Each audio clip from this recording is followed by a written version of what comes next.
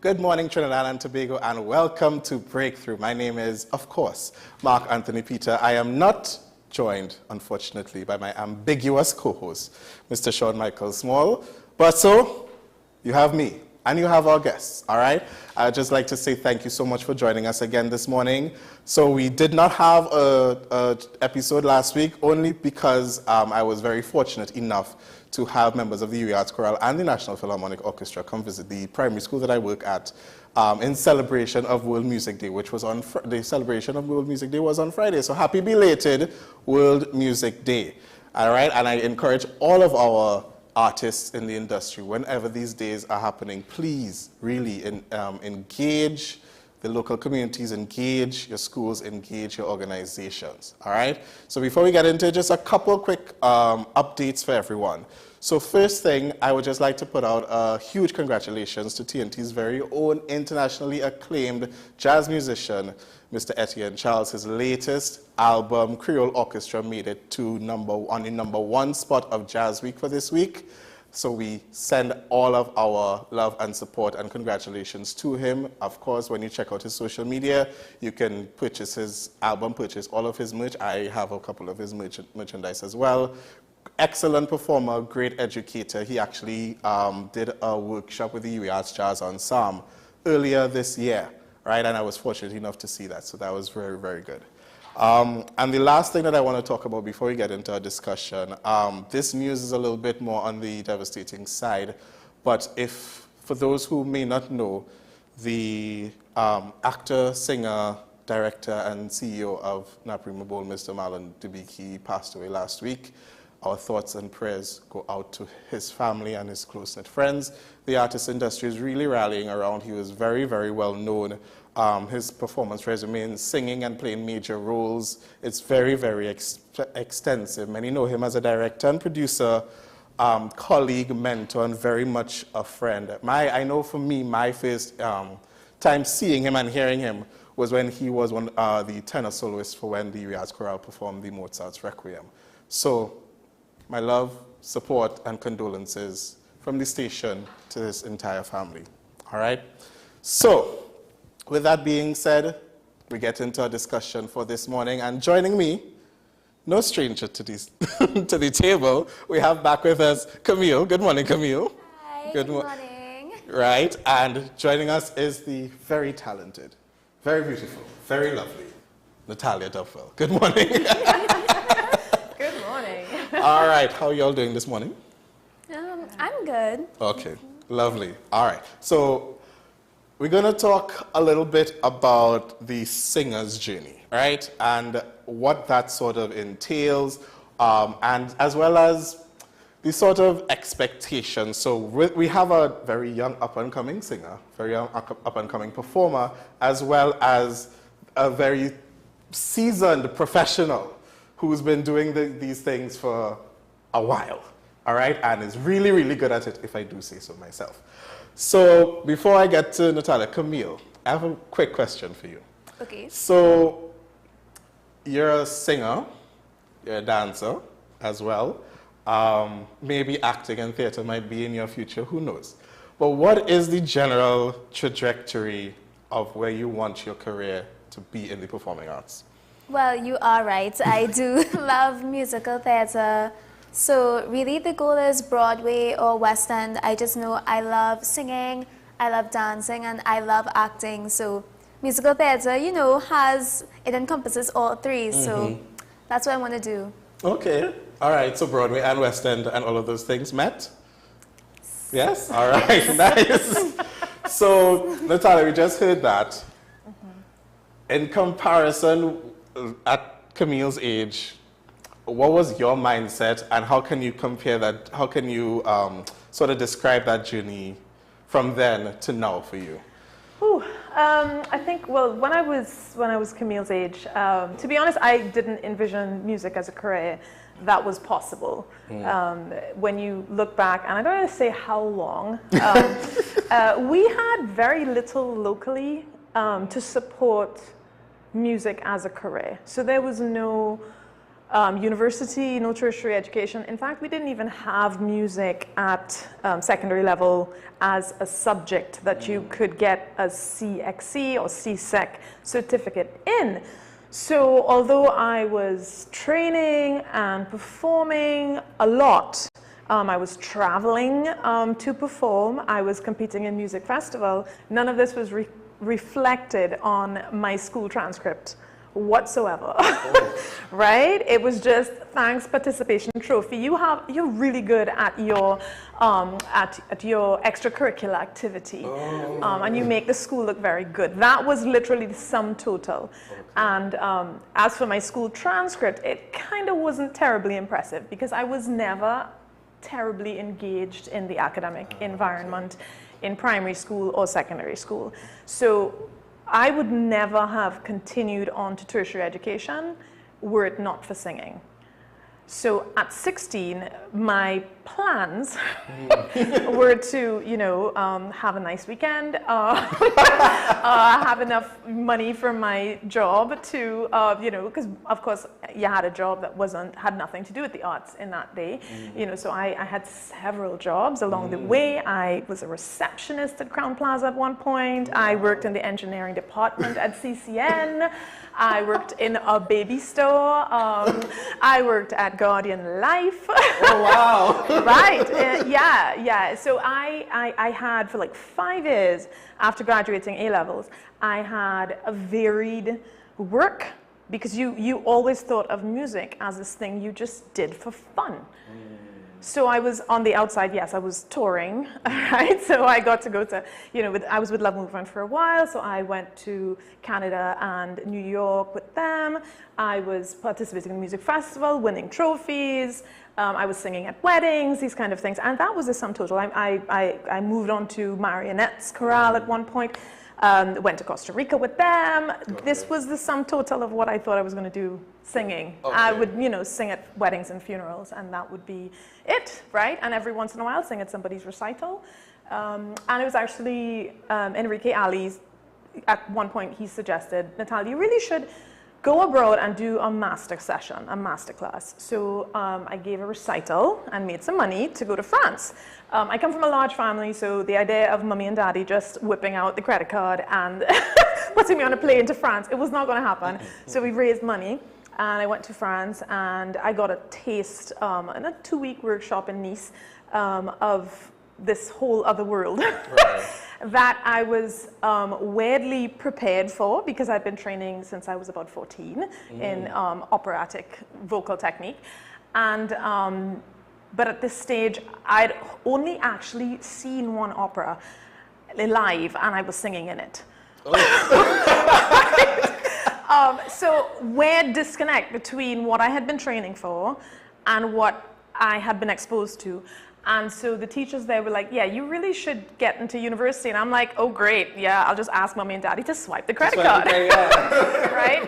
Because, of course, the typical person who gets exposed to classical music and gets trained in classical music at a young age typically has the financial background to accompany that, right? Because let's be honest, I mean, the kind of people that I would meet, like when I finally did get to university level, the kind of people I was meeting, some of them, like one of them was living in an apartment on Central Park West. Another one, her family had a chateau in France. Oh my word. Right? A lot of them had trust. A lot of them had trust funds, and so you just realize that. I mean, it wasn't everybody. There were certainly a lot of people that came from more normal, to my mind, modest backgrounds. But you got this sensation, a distinct sensation. It was not a level playing field at all, right? So the things that I would have to, well, annually I would come back. When I got into Manhattan School of Music, I would come back once a year to give a recital so that people would not forget who I was, right, yeah. And apply to the Prime Minister's Sport and Culture Fund for a scholarship for the next year because they only give annually, okay. Right? And then once I had secured that funding, go back to the US Embassy and get my visa for the next year. Right. Okay, so they got to see me a lot.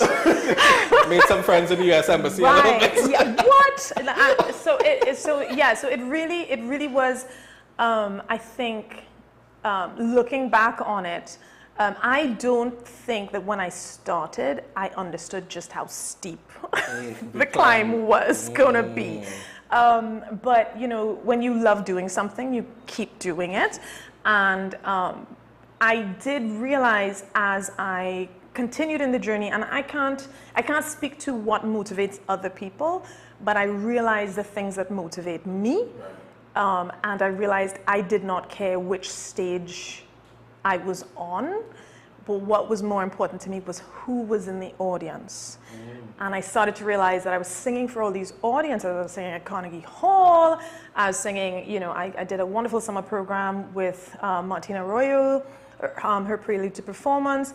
I did, you know, I got to perform for Deborah Voigt one time.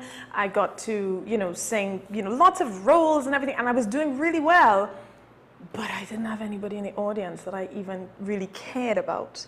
And so there's this, you know, there's this preparation that takes months and months and months and months and months and months. You get on the stage, you do this wonderful job. It's like this huge explosion of endorphins, and you're like super excited. And then you come off the stage, you get lots of congratulations, you get some flowers, and then you go home by yourself. And I realized, I was like, I don't think I want this life. It's not that I don't want to perform, but I don't want that lifestyle, right?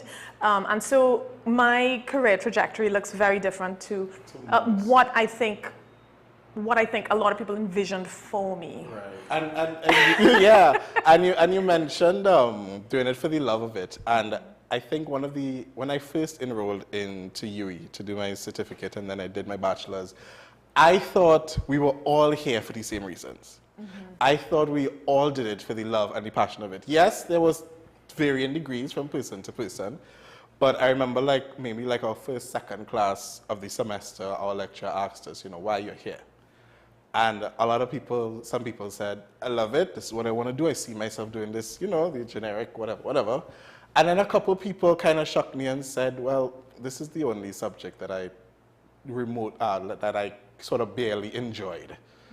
And I was like, oh, that's interesting. And then someone said, nothing else to do except this, and this is the only thing that I'm good at. I hate everything else.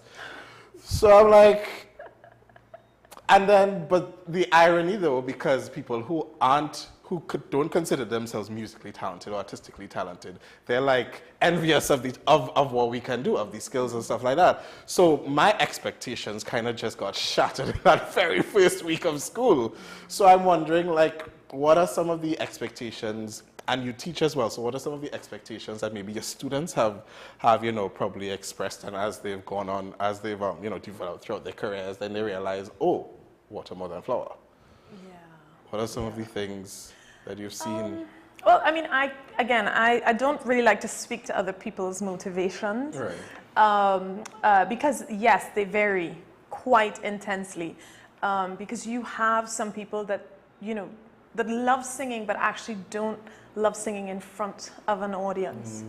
You have some people that love engaging with social media, and some people that absolutely hate it. Some people are movers, you know, they love to move on stage, and some people don't love to move. Some people engage well with an instrument while they're performing, and some people absolutely can't focus on anything else once they're performing. You have some singers that are able to engage with technology, which I think is an exciting, you know, new development. You've got, you know, all of this sort of like new electronic vocal experience that singers can get into, and genuinely have wonderful careers. And others like, well, for me, I hate technology. If I could sing unamplified, I would be happy. As soon as you put a microphone in front of me, I'm like, oh gosh, here we go again. And I now have this, it feels like an interference between my vocals and my audience, right? Some people love to connect viscerally, their true personality with their audience, and other people prefer a character. they prefer to have that sort of like character to exploit, and they leave sort of who they are off the stage, and it's like this relief. They get to like play a character, and other people are deeply uncomfortable with connecting with their true self on the stage. Some people are more into the performance aspect of it, and some people want like a really genuine like one-on-one, or just you and a pianist and the audience. And so I think there's really so many different ways that we can connect with an audience. We can find a love of what we do. Some people are just absolutely intuitive teachers, and they're able to share their knowledge without in a very genuine way. And some people come to teaching with a lot of regret and feeling like they have failed somehow, because they're not making every single dollar they earn coming from performance. So some people feel like they need to hide what their job is because their career goals aren't reflected in their job, right? And of course, there's also the typical student expectation of very, very fast progress and an overwhelming success that happens overnight, because that is the story we get told by every reality show out there. By every person that's actually not in the industry, and they take the advice from the wrong person. Exactly. Well, this is the thing too, is like we have a lot of competing voices in our heads. People who are not performers typically will understand the pressure from their parents and maybe their family members, aunties, that kind of thing. But once you begin performing, every single person you've ever met at church becomes invested in your progress. Every single person that ever comes to a show wants to know, what are you doing? And they ask you week after week after week. Right, and they come back, I saw you perform when you were 13 years old, and I'm so proud of you, and what are you doing next? And it can be very, very, it can really, it can overwhelm you, because you start to, because your own inner voice that's telling you the things that you actually enjoy start to get get overwhelmed by all these competing voices. And that kind of public ownership of your progress can be something that we don't even realize is a bad thing, right? That whole idea of you have a talent, so you must use it for the benefit of the community and the country and the this and the that. And this can cause a lot of issues when we need to take a break. Or we feel guilty for resting, for taking a break. Or the finances just aren't measuring up. Right? And the lifestyle that you want to lead is not measuring up with the checks and balances, the credits and the debits are not lining up, right? But we were speaking before about financial dysmorphia, right? Our new favorite. Right? Because of course, once we go in on stage or we're going out to network, we have to make sure that we appear successful. And then, one of the things that really struck home to me was during the COVID pandemic, when you realized how many performers who seemed to be very, very successful were struggling just to pay the bills and keep a roof over their head with a loss of income for 3 months. And so it means that that we have to be aware that what we see of these very successful performers is the tip of the iceberg. It's maybe 10% of their week they spend on stage. But the rest of the time, they are there themselves. They have bills to pay like everybody else. We don't get visas just because, we have so many followers on Instagram, right? So if you need to travel, you've got to pay those bills just like everybody else. If you, to eat, to pay rent, to have a car, all of these expensive, and if you have a family as well, right? So the idea that just because someone appears successful on stage, that their life is complete and wonderful, and everything, all the checks and balances make sense because they give this impression that they're successful, is something that I think a lot of artists struggle with, because they tend to look at each other's social media and see the things that each others are doing, Social, again, it's the tip of the iceberg, Yes. right? And everybody's putting that tip of the iceberg Yeah. on social media. Yeah, people, listen, social media is literally just the highlight reel of some people's lives. Exactly. You don't know as soon as you finish, post something, you don't know if what they have to, they're like with the bills on the table, and they're like, how am I going to, like, we post the good times, yes, and it's really good to sort of celebrate it, but you're not getting the full picture on that point. But so I want to bring in Camille just a little bit for this, because you mentioned that some singers feel bad that the performance does not cover everything. It does not, you know. We have Camille here, who's a singer. She also plays piano really well, and she's also a dancer. So she's sort of, and I've seen the journey, she's sort of multifaceted, and if you don't see her in the choir, you're seeing her in the dance group, you're not seeing, she's by the piano. And so she's a multi-skilled singer. How important, because I remember thinking about this, I'm like, if you're only a singer, you must have a really, really hard time sort of surviving in the industry, because all you lean on is performance, all you lean on is your voice. You know, you're not someone like me who sings solo chorally, as well as conducts, as well as plays the piano, as well as teaches, right? Do you think it's important for the singer to be as multi-skilled as possible to survive in this industry? I think what we as performers need to start to recognize is that we are all diverse artists in some way or another. So we will all have strengths and weaknesses.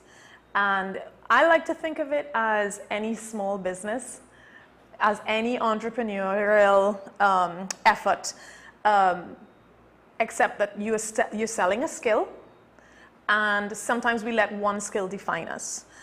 But as with any entrepreneur would know, the more skills you have, the better equipped you are to survive lean times in one than the other, right? So, but I don't like to just reduce it to what we do on stage. There's a lot of skills that accompany the performing arts that are a natural fit for performers. So things like photography, makeup, right? Things like the arts administration, which frankly should be being executed by people who actually understand the arts. Yes, right? You know, just backstage lighting, all of these things. You know, sound engineering. Wouldn't it be nice? Wouldn't it be if lovely? the sound engineers, you know, valued, knew how to mic a choir properly. you know, and valued their hearing. Yeah. Whew, right? And so it's not just the skills that we can use on the stage that are important, but also the other skills that accompany that. So for instance, I consider maybe being a vocalist to be my career and being a teacher to be my job. Okay. Right? So the job is very different to the career in my mind. Because, for instance, there are some things that I will do for my career that may not pay me as well, but it is important. So for instance, if I am appearing on a fundraiser as a performer, typically, especially if there's no payment involved these days, what I will do is I'll be like, okay, well, I'll be performing this. And I will not basically give them the freedom to choose what I'm going to perform. Okay. I will perform something that I want a recording of. Yeah. Right? And so I find a way to make it work for me. Yeah. With my job, typically I am a little bit less flexible. I'm more like, okay, so this is what we're doing in this time, and we will have, I have this hour allotted to you, and this is what we're going to do in this hour.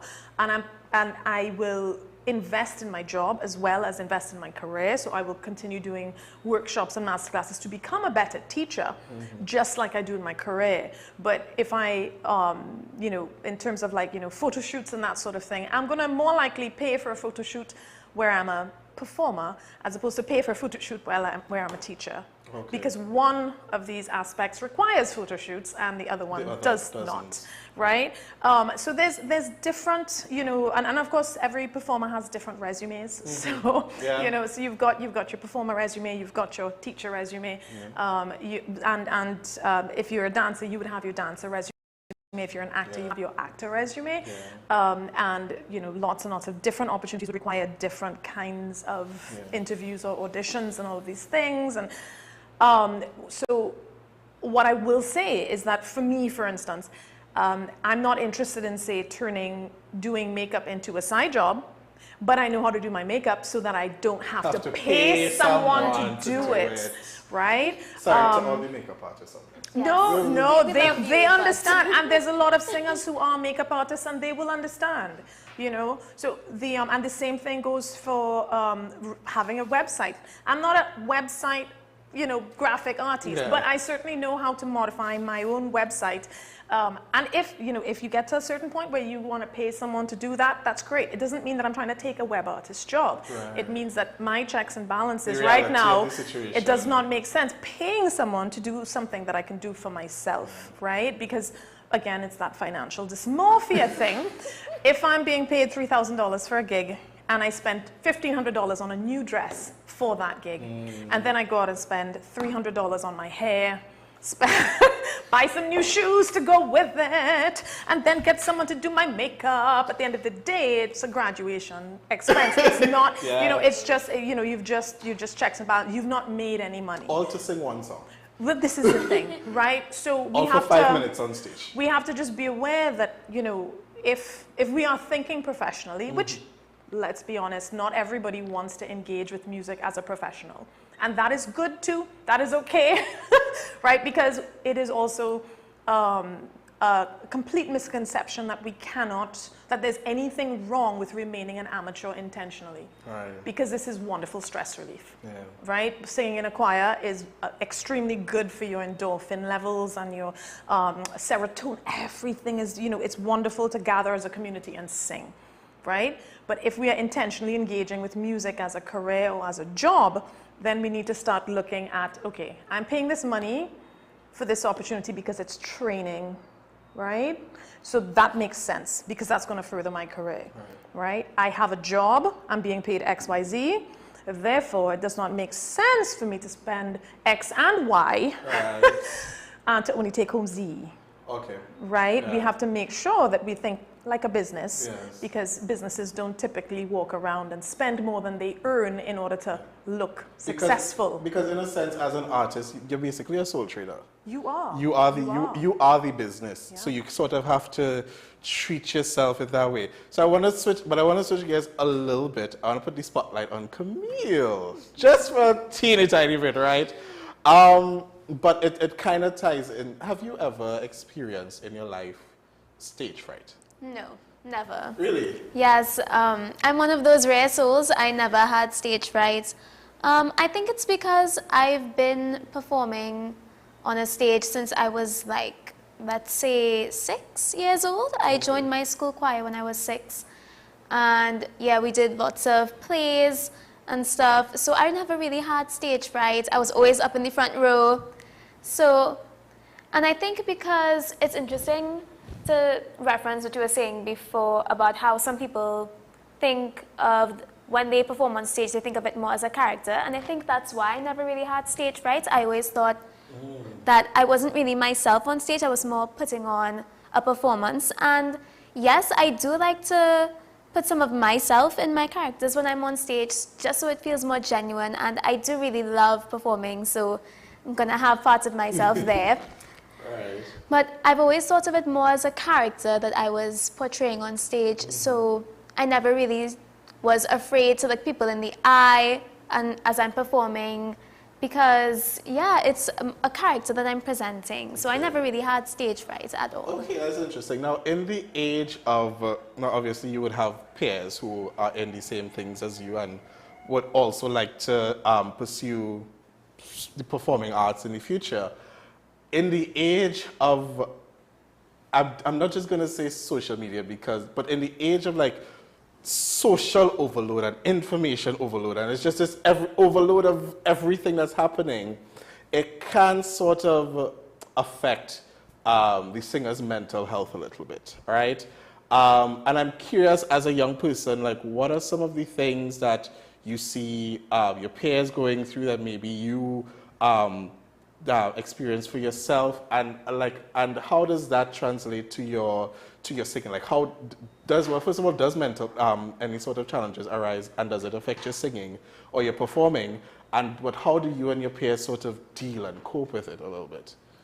Well, I would say, well, I'm 16. Right. I just wrote CSEC. I'm applying to UE. Talk about stress. Yeah. So one of the things that comes up a lot is talking about our futures and planning for our future. And well, for me and my friends who want to do music as a career, you know, it's not the most stable job. Right. The checks don't exactly come in monthly. Right. So For sure. it's definitely daunting. I'm very lucky to have a family and a community that's very invested in what I love. So I'm like, I want to do music as a career. I want to know how to dance. I want to do acting lessons. And I'm very grateful that they support me. So definitely the stress comes from the not really sustainable job that we want to have, but we are still pursuing. Right. And how we cope, I think just knowing that people are out there going through what we are going through. It's nice to know that we are not alone. Because I think social media, it's very curated. Like, I'll go on Instagram and I'm seeing all my favorite artists and I'm like, wow, you guys look stunning. You guys look like you have your lives together. And I'm over here like, maybe I need to get my life together too. Right. And then I always have to remind myself that they are presenting themselves this way. This is not their everyday life. So it's been hard to kind of separate the two. But it's nice that I have friends and family who know what it's like. Right. And because they're pursuing the same thing that I am, it's very nice to know that we are going through the same things. We can kind of cope with each other. Right. So, yes, I agree. So it's essentially, so that community that surrounds you, that love, that support, that foundation is very important, because I mean, all of our problems are sort of unique to us in a way, but we all also sort of experience the same thing. So when people are walking it with you, and also sitting in it with you, sitting in the mess a little bit with you, it feels a little bit more bearable, I guess, like a little bit more manageable. And you learn. Natalia, when you hear something like this, like, how important is it to not live a sort of lonely career existence? Because I know for me, I have friends who are in the industry, like, we support each other and we go hard for each other as much as we can. And that sort of helps make life a little bit more manageable and makes the stress of the industry and all of its challenges that comes with it a little bit more bearable. What would you say to that, and how would you, like, what sort of advice would you give to a younger person? I would say just to be aware of the mask, as you mentioned, the mask that we put on when we were on stage, to be aware that it's not your personality. Yes. And it doesn't have to be a personality, because I do think that often when we network within the arts and build up an entire community of people that are also within the arts, those people get to know the mask, and we don't feel comfortable actually being ourselves with our peers. So I think it's important to maintain friendships with people that know us as more than just performers. Right. Because that, aside from it being really crucial when the performing's not going well, you know, because with singing, you often will have periods in your life where you cannot sing. So this will include things like pregnancy and illness and you know, just, you know, random crises that pop up. And so if everybody that you're communicating with sees you only as a performer, then it really makes your mental health suffer worse. I think we can get really lonely, and of course the traveling artists have it worse in this because oftentimes we feel like, you know, I'm not a success if I stay home. If I never perform in New York, and if I never perform in England, and if I never perform in France, then I'm not a performer. You can't, you know, and people love, of course, to put on their bios all the different places. I do it that I've performed, right? But doing it short term is very different to doing it long term. And so for people who do it long term, the mental load of loneliness for months on end gets harder and harder and harder over time. And so that can create lots and lots of issues with either existing mental issues or creating, you know, depression and problems where, again, you know, you are surrounded by people that see you only as a performer. Right. You know, some of the things that I don't think that people who are non-performing would know is that if, for instance, okay, so if I got a contract to go sing with an opera house in Europe, I would only be being paid after the performance. Right. So the visa, the flight, the hotel, the accommodation, the food, everything I would have to lay out in advance. And then I would be paid hopefully soon after the performance. Right. But if I get sick, that's a problem. So all of these, wow. Right. So all of these factors are not things that people necessarily are going to put on Instagram. And if you, for instance, are living in New York and working in Europe, you would either have to find someone to sublet and pay your rent while you're gone, or you will have, because you are still legally obliged to pay that rent. Yeah. Right, so the traveling artists, you know, things like people, you know, the cruise ship life is also something that's really a great training ground for performers, and it's a good steady job, but it's very hard work, and you are at sea. You are expected not just to do the performance. There's other things that you are expected to do. You are working almost constantly, just like any other cruise ship worker, right? So these are not easy careers.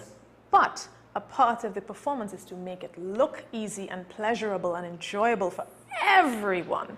So this also increases the loneliness, because if you are not able to show the huge crowd of people you are surrounded by what you're actually feeling inside, then you end up with a worse issue. Thank you so much. So, Camille, thank you very much. Thank you for being here, Natalia. Thank you so much. We do have to wrap this segment. We're going to go to a quick break, but as we go out, we actually have a clip of Camille performing a song. Here's Camille performing "There Are Worse Things I Can Do," covering this song. We'll be right back.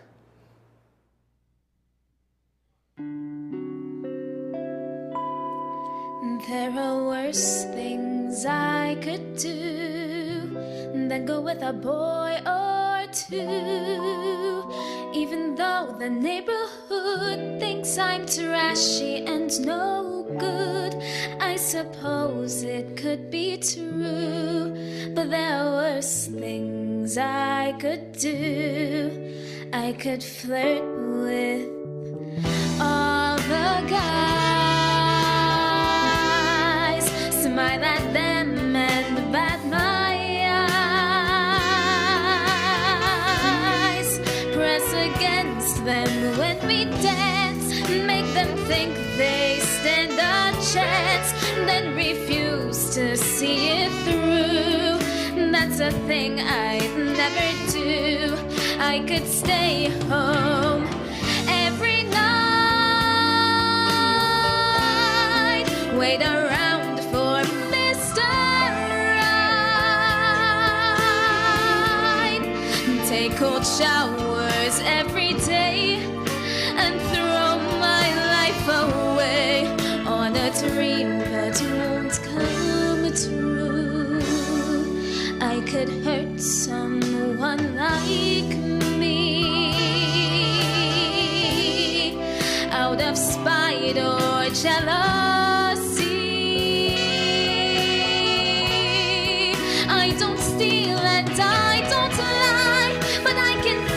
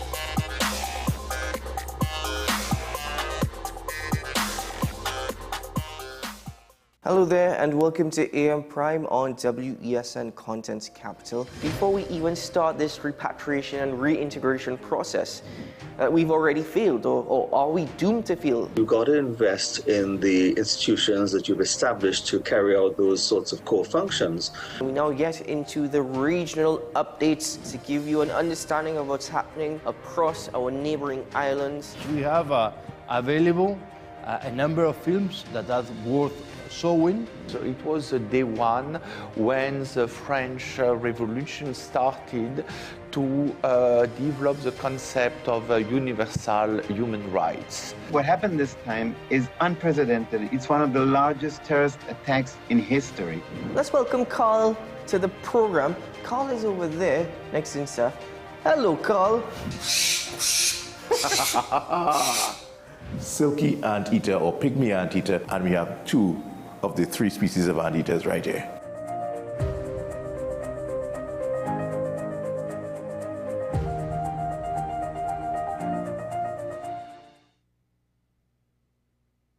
This is Face of Sports, WESN Content Capital. How you felt about the kiss on the lip? That's the business. I'm nothing to do with that. I find that was distasteful. The national senior team, whether you like it or not, that is the model for all other teams to follow. I'm assuming that the regional requirement may be a much stricter requirement. This is not about Pro League and Super League. This is a league run by the Normalization Committee that I'm responsible for. Nobody expected FIFA to fund this arrangement. If we don't get a professional attitude towards this, we are doomed for failure. You break the balance, trip the leg, control the body. They ain't gonna stand put forever. Why you want the Chiefs to lose so? Why you want the Chiefs to lose so? They already have 2. Lamar don't Why? have. You're jealous because you know the Chiefs getting closer to the Patriots. Let's go to the last part. No. Let's go to the last part.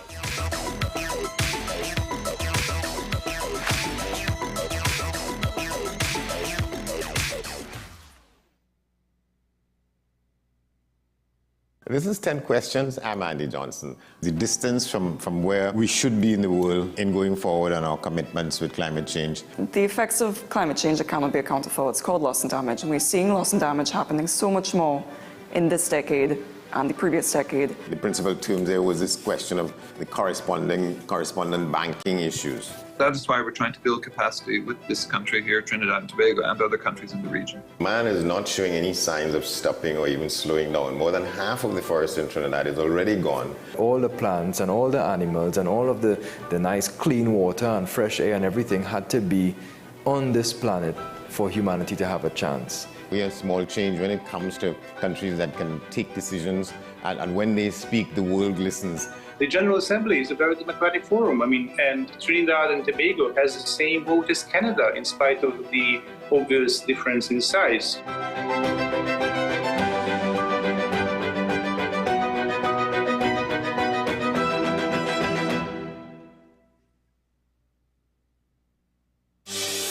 Join me, Dr. Nalini Kokram, on What's Up Doc, where we discuss all your burning questions concerning health. Trinidad and Tobago is among one of the highest risk group of patients that develop this form of genetic breast cancer. What I'd like to take home from a short interview like this, screening. You must screen. Because it's silent. It's silent. Yeah. And because it's silent, you don't know it's there. What's Up Doc, every Tuesday and Thursday on WESN Content Capital. We are tackling the hard-hitting topics, some controversial topics, some topics we sweep under the rug. You don't always have to forgive in a relationship for it to move forward. If it is you are in a situation where you forgive the person, but to the detriment of yourself, what are you really doing? It is very uncommon for somebody in the younger age group to have dementia. Atheists don't not believe. Is that I can't disprove God, but you also can't prove God, so we kind of have to stalemate. We'll focus on the woman who's being the victim, right, or the man who's being the victim. We exclude the children. Folks are trying to study the underlying brain mechanism to figure out how does this particular disorder happen in the brain? How is the brain processing this? Don't worry about AI. Worry about humans working with AI. Are you willing to learn new skills to stay relevant for the future job market? That's the challenge that people are going to struggle with.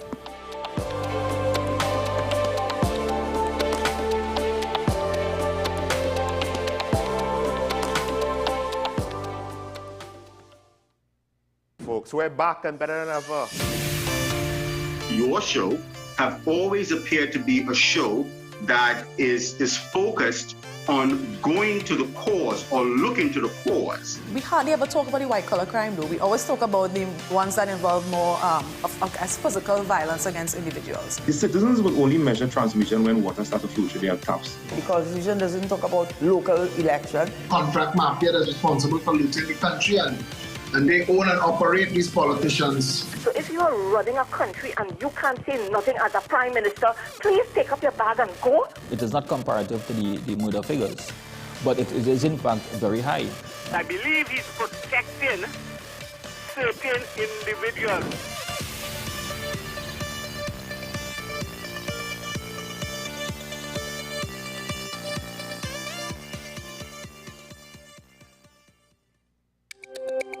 Every word, every line, every paragraph depicts a real moment in someone's life. A father, a sister, a mother, a brother. We at Newsday are dedicated to you, the people, and through independent, unwavering journalism, strive to always bring your stories to life. Because your stories are more than just words. Newsday, independent and credible. The newest book is here, Closer to the Church, the debut novel by author and former mayor Louis Lee Singh, available at all the Home Store branches, Barataria, West Mall, Shogunas and C3 San Fernando. Paper-based bookshop 10 Nook Avenue, St. Anne's, WESN 30A Gattaca Street, Woodbrook, Metropolitan Bookshop, Ariapita Avenue, Woodbrook, and all RIK bookstores nationwide. Available online as paperback on Amazon.com and Kindle for e-readers. For more info, call 628-5835 or 389-6504. Also available from author Louis Lee Singh, I Used to Live in Heaven, Letters to My Granddaughters, and Local Government in Trinidad, Conspiracy Against the People.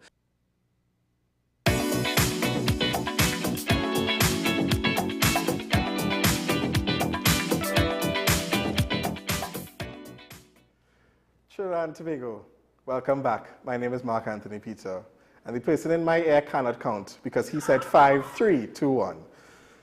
5 and then 4. Thank you very much for that, making that correction in my ear so loudly. Anyway, so we're back, and we are here joined by some lovely guests. I am so privileged to be in the presence of these wonderful beauties. We are talking about Miss World Trinidad and Tobago. Good morning, ladies.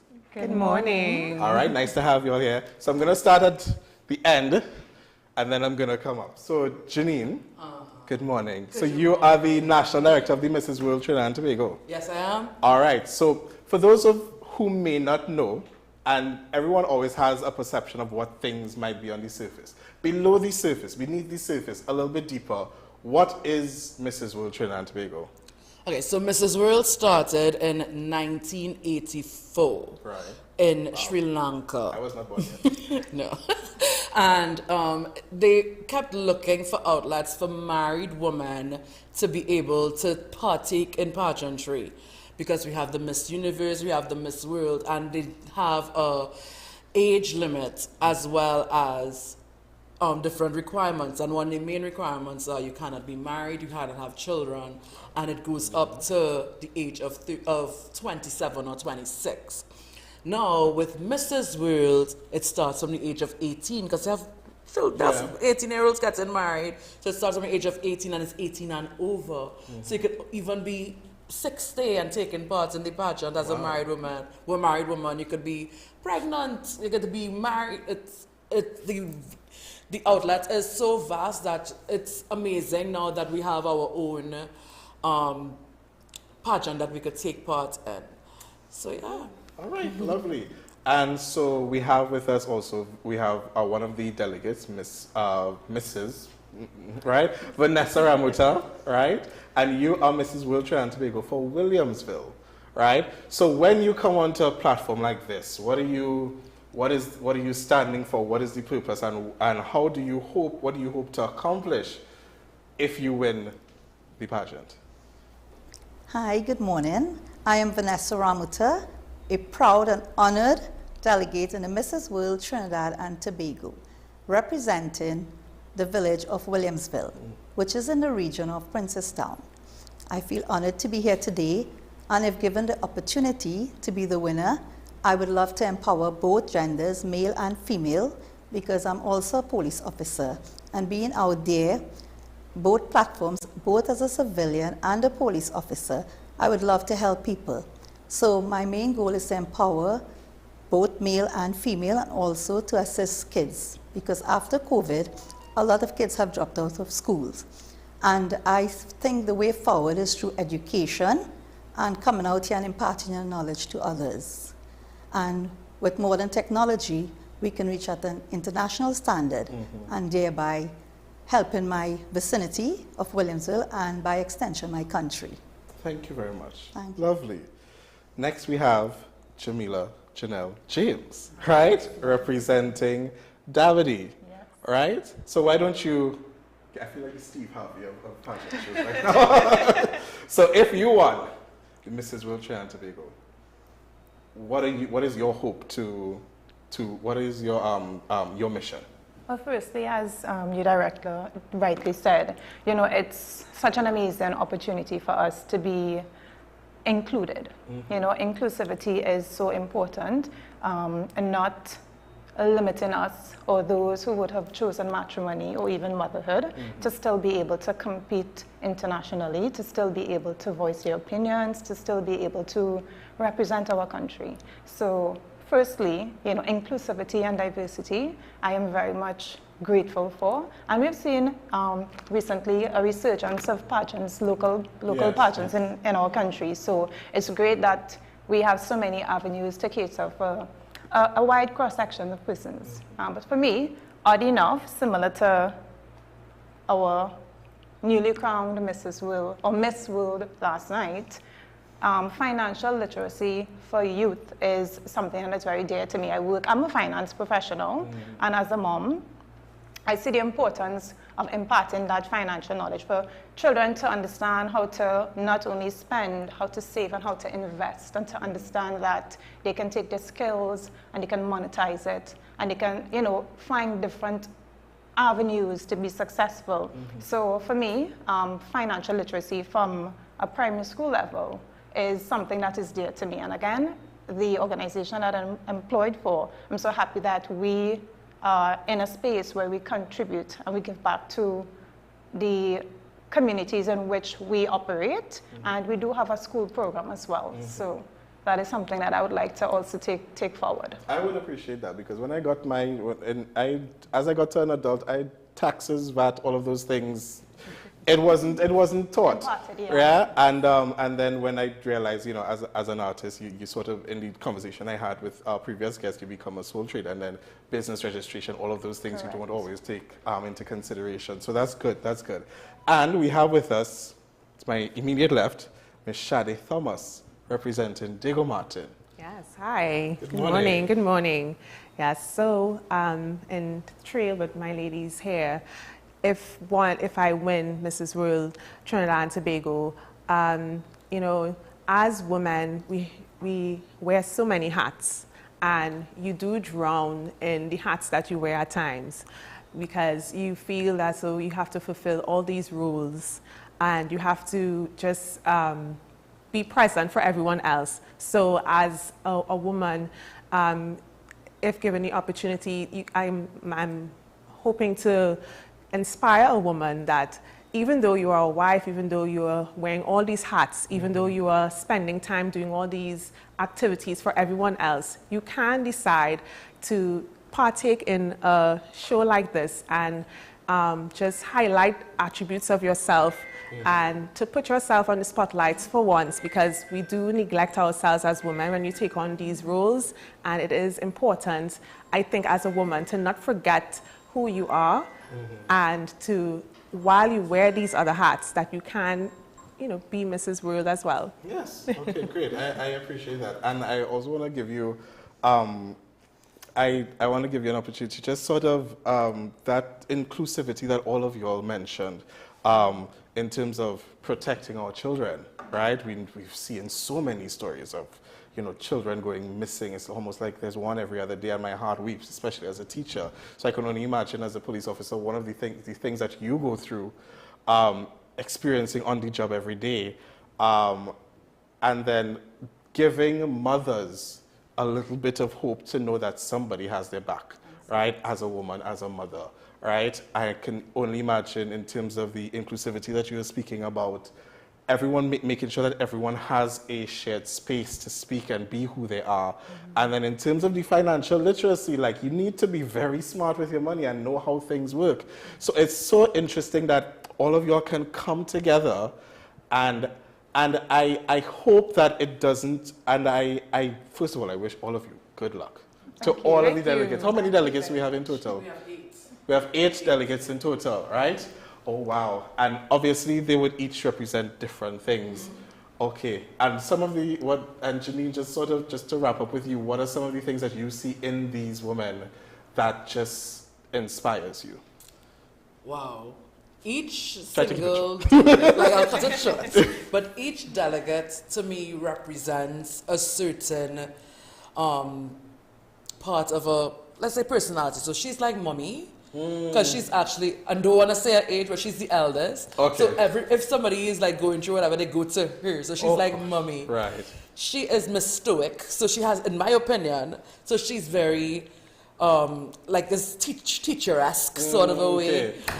Keeps you in line. Keeps us in line. Like, Okay, I am okay. seeing that in her. Very nice. Shade is a breath of fresh air, again, with the 3 that we have here. So Shade is very positive about certain things. Some you going through whatever, Shade is the counselor. And then every single person has a different thing. So we have, so I can't tell you the rest because I know you're wrapping up, but every single person has something we could go, we could, you know, that they're strong in, so we could speak to.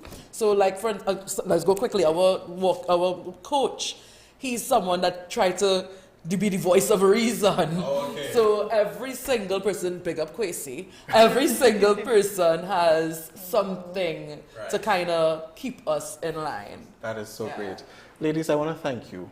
I really want to thank you. This has been very refreshing to be in your presence and to be privileged enough to interview and ask you all of these questions. I wish all of you all of the best. Good luck, and to all the rest of the delegates, all the best. Good luck. Continue doing the good work. This is one of the things where community is so important. And, you know, when you know for sure someone has your back in certain things, or someone has your best interests at heart, these are the platforms that helps them do what they need to do and to fulfill their purpose and to fulfill their mission. They have mission, they have vision. Ladies and gentlemen, Trinidad and Tobago, thank you for joining us this morning. My name is Mark Anthony Peter. Thank you for joining us. That's it for us, and I'll see you next week. Bye-bye.